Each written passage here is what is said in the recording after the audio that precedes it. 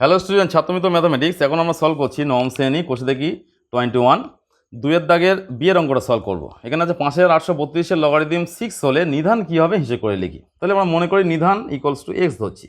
এবার 5832-কে আমরা ভেঙে নিয়েছি। এখানে দেখো, এখানে 3 হয়েছে কটা? 1 2 3 4 5 6টা 3 হয়েছে, এবং 2 হয়েছে 1 2 3।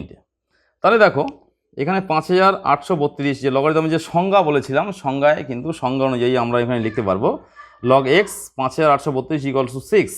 নিধান যেহেতু 6 বলা আছে, তাহলে এই যে এখানে বেজ আছে, এই পাওয়ারটা এই সংখ্যাটা এই বেজের মাথায় আসে। X to the power 6 equals to 5832। তাহলে x to the power 6 equals to কত হবে?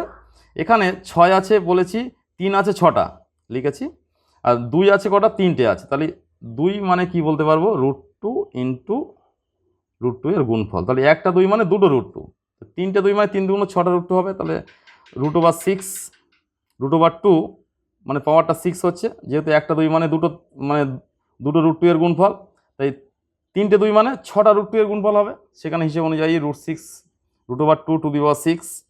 তাহলে এক্স ইকুয়ালস টু কত হবে? সূচকের নিয়ম অনুযায়ী পাওয়ার দুটো সমান আছে, উঠে যাচ্ছে, তাহলে এক্স ইকুয়ালস টু হবে 3√2। তাই নিধান ইকুয়ালস টু 3√2। দেখো কত সহজ পদ্ধতিতে অঙ্কটা সলভ করলাম।